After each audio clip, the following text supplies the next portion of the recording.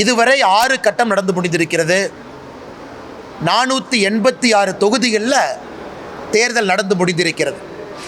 இன்னும் 57 தொகுதி கடைசி கட்ட வாக்குப்பதிவில் ஜூன் 1ஆம் தேதி இன்னும் 57 தொகுதிகள் மட்டும் பாக்கி இருக்கு. ஆனால் இப்போ இந்த 6 கட்ட வாக்குப்பதிவில் நடந்திருக்கக்கூடிய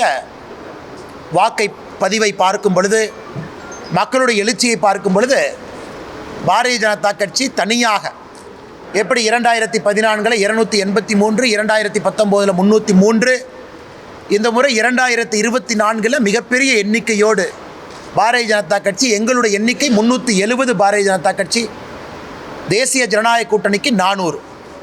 அது நிச்சயமாக அந்த இலக்கை எட்டப் போகின்றோம். அதற்கான களச்சூழல் மிக தெளிவாக இருக்கிறது. குறிப்பாக இந்தி கூட்டணியாக இருக்கட்டும், யாராக இருக்கட்டும், தெலுங்கானாவை பொறுத்தவரை இந்தி கூட்டணி இல்லாத டிஆர்எஸ் இருக்கிறாங்க. இந்தியா முழுவதும் இந்தி கூட்டணி இருக்குது. எல்லா இடத்திலும் கூட மக்களுடைய எண்ணத்தை நான் பிரதிபலித்து உங்களுக்கு சொல்கிறேன். இந்த முறை பாரதிய ஜனதா கட்சி இன்னைக்கு 6 கட்ட வாக்குப்பதிவை தாண்டி பார்க்கும் பொழுது 335 இடத்தை பாரதிய ஜனதா கட்சி இன்னைக்கு நாங்கள் தாண்டி இருப்பதாக நாங்கள் கணித்திருக்கின்றோம். இன்னும் 57 இடம் பாக்கி இருக்குது. அது ஜூன் 1ஆம் தேதி நடந்து முடியும் பொழுது எங்களுடைய எண்ணிக்கையான 370 தேசிய ஜனநாயக கூட்டணியினுடைய எண்ணிக்கையாக இருக்கக்கூடிய 400 நம்முடைய எண்ணிக்கை நாம் வைத்திருப்பது மக்கள் ஆதரவோடு அதை பெற்று சுதந்திர இந்தியாவில் முதலாக, அதாவது ஒரு எமோஷனல் அப்பீல் எதுவுமே இல்லாமல், ஒரு பிரதம மந்திரியினுடைய வேலை, கடுமையான உழைப்பு, அதை பார்த்து 10 ஆண்டு காலம் ஆட்சியில் இருந்த மோடி அவர்களை மறுபடியும் 5 ஆண்டு காலம் மக்கள் தேர்ந்தெடுக்க இருக்கின்றார்கள். தமிழகத்திலிருந்து மிகப்பெரிய அளவில் தேசிய ஜனநாயக கூட்டணி பாரதிய ஜனதா கட்சியினுடைய பாராளுமன்ற உறுப்பினர்கள் செல்ல இருக்கிறாங்க.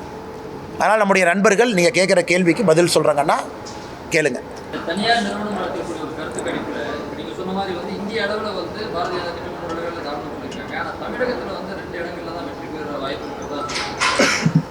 ஆனால் தமிழகத்தை பொறுத்தவரை முதல் கட்ட வாக்குப்பதிவு தமிழகத்துக்கு இருந்துச்சுங்கண்ணா. அதாவது நிறைய இடத்துல எங்களுடைய பார்வை மும்முனை போட்டி நிறைய இடத்துல இருந்துச்சு. கடைசி ஒரு வாரத்தில் அது இருமுனை போட்டியாக மாறுச்சு. அதனால் தமிழகத்தை பொறுத்தவரை நான் ஏற்கனவே சொல்லியிருக்கின்றேன், தேசிய ஜனநாயக கூட்டணி பாரதிய ஜனதா கட்சி இரட்டை இலக்கு அப்படின்னு ஒரு டார்கெட் வச்சுருக்கோங்கன்னா. ஏன்னா நம்ம தேர்தல் நடந்து முடிஞ்சிருச்சு. அதுக்கப்புறம் உங்கள்கிட்ட நான் என்னோடய என்ன பிரதிபலிப்பை நான் சொல்கிறேன். ஏதோ மோட்டிவேட் பண்ணுறக்காக ஒரு நம்பரை நான் சொல்லலை. அதனால் எங்களுடைய இன்டர்னல் அசஸ்மெண்ட் எல்லாமே நம்ம பார்க்குறோம். நிறைய இடத்துல கடுமையான போட்டி நடந்திருக்கு, இல்லை என்று நான் மறுக்கவில்லை.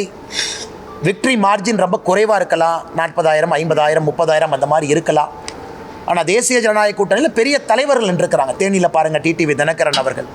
தருமபுரி உதாரணத்துக்கு எடுத்துக்கங்க, ராமநாதபுரம் எடுத்துக்கங்க, சிவகங்கை எடுத்துக்கங்க, பெரம்பலூர் எடுத்துக்கங்க, வெள்ளூர் எடுத்துக்கங்க. இந்த தடவை நிறைய தலைவர்கள் போட்டி போட்ட ஒரு தேர்தல் தமிழகத்தை பொறுத்தவரை, அதுவும் குறிப்பாக நம்முடைய தேசிய ஜனநாயக கூட்டணியின் சார்பாக. அதனால் எங்களுடைய எண்ணம் ஒரு கம்ப்ளீட் அசஸ்மெண்ட்டுக்கு அப்புறம் நாங்கள் இரட்டை இலக்கு என்பதிலே தெளிவாக இருக்கின்றோம். பாரதிய ஜனதா கட்சியும் தேசிய ஜனநாயக கூட்டணியும் சேர்ந்து.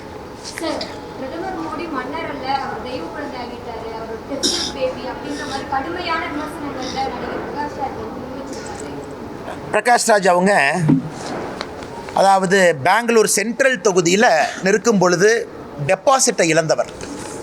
2019 தேர்தலில் பெங்களூர் சென்ட்ரல் தொகுதியில் அவர் போட்டியிட்டார். யார் எதிர்த்து போட்டியிட்டார்னா காங்கிரஸ் எதிர்த்து போட்டியிட்டார், பாரதிய ஜனதா கட்சி எதிர்த்து போட்டியிட்டார்.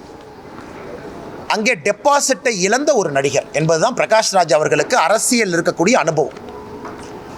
அதனால் நான் இருக்கின்றேன், நான் நிரந்தர எதிர்க்கட்சி, எந்த கட்சியாக இருந்தாலும் எதிர்க்கிறது மட்டும்தான் என் வேலை, இதெல்லாம் சொல்வதற்கு, பேச்சு கேட்பதற்கு நல்லா இருக்கும். ஆனால் இன்றைக்கி லோக்கல் ஸ்டாண்டு என்ன, எதிர்ப்பதை மட்டுமே முழு நேர ஒரு விஷயமாக வைத்து ஒரு நடிகனாக நாம் எல்லோரும் மதிப்பு மரியாதை அளித்திருக்கின்றோம். அதை தாண்டி அரசியலில் அவருடைய குரலுக்கு நான் மதிப்பு மரியாதையும் அளிக்க விரும்பவில்லை. இதே பிரகாஷ்ராஜ் நடிகராக நீங்கள் கேளுங்க, நான் சொல்கிறேன், நல்ல ஒரு நடிகர், நிறைய கதாபாத்திரங்கள் பண்ணியிருக்கிறாங்க. அதில் தனிப்பட்ட முறையில் எந்த குற்றச்சாட்டும் நமக்கு இல்லை. அரசியலில் ஒரு அனுபவம் அவ்வளவுதான். 2019 பெங்களூர் சென்ட்ரல் தொகுதியில் பிரகாஷ்ராஜ் அவங்க தேர்தல் நீங்கள் பாருங்கள், எப்படி நின்னாருன்னு பாருங்கள், யாரை எதிர்த்து நின்னாருன்னு பாருங்கள். அப்போ காங்கிரஸை பற்றி என்ன பேசினாங்கன்னு பாருங்கள், பிஜேபியை பற்றி என்ன பேசினாங்கன்னு பாருங்கள். இன்றைக்கி மோடி எதிர்ப்பு என்கின்ற ஒரே காரணத்திற்காக இந்த பக்கம் சேர்ந்து கொண்டு மோடியை திட்டுவது மட்டுமே முழு நேர வேலையாக நடிகர் பிரகாஷ்ராஜ் அவங்க வச்சுருக்காங்க. மற்றபடி அதை நாங்கள் சீரியஸாக எடுத்துக்கலிங்க. அதே நேரத்தில் பிரதமர் அவருடைய இன்டர்வியூ, உதாரணத்திற்கு பிரதமர் அவர்கள் இன்னைக்கு கிட்டத்தட்ட 40 தொலைக்காட்சி நிறுவனத்திற்கு மேலே இன்டர்வியூ கொடுத்துருக்காங்க. அதில் நமக்கு ஒரு பெருமை என்னென்னா, அந்த முதல் இன்டர்வியூவே தமிழ்நாடு சார்ந்த ஒரு தொலைக்காட்சியிலேருந்து ஆரம்பித்தாங்க. பாரம்பரிய உடையில் முதல் இன்டர்வியூ, பிரதமருடைய ஃபஸ்ட்டு நேஷ்னல் இன்டர்வியூ இந்த எலெக்ஷன் டைமில் ஒரு தமிழ் ஊடகத்துக்கு கொடுத்து தான் ஆரம்பித்தாங்க. ஸோ எல்லா இடத்துலையும் பேசுகிறாங்க. ஸோ பிரதமர் ஹிந்தியில் பேசுகிறது புரிஞ்ச விட்டவங்க எல்லாத்துக்குமே தெரியும் பிரதமர் அவர்கள் என்ன பேசுனாங்க, அர்த்தம் என்னன்னு அது உங்களுக்கும் தெரியும்.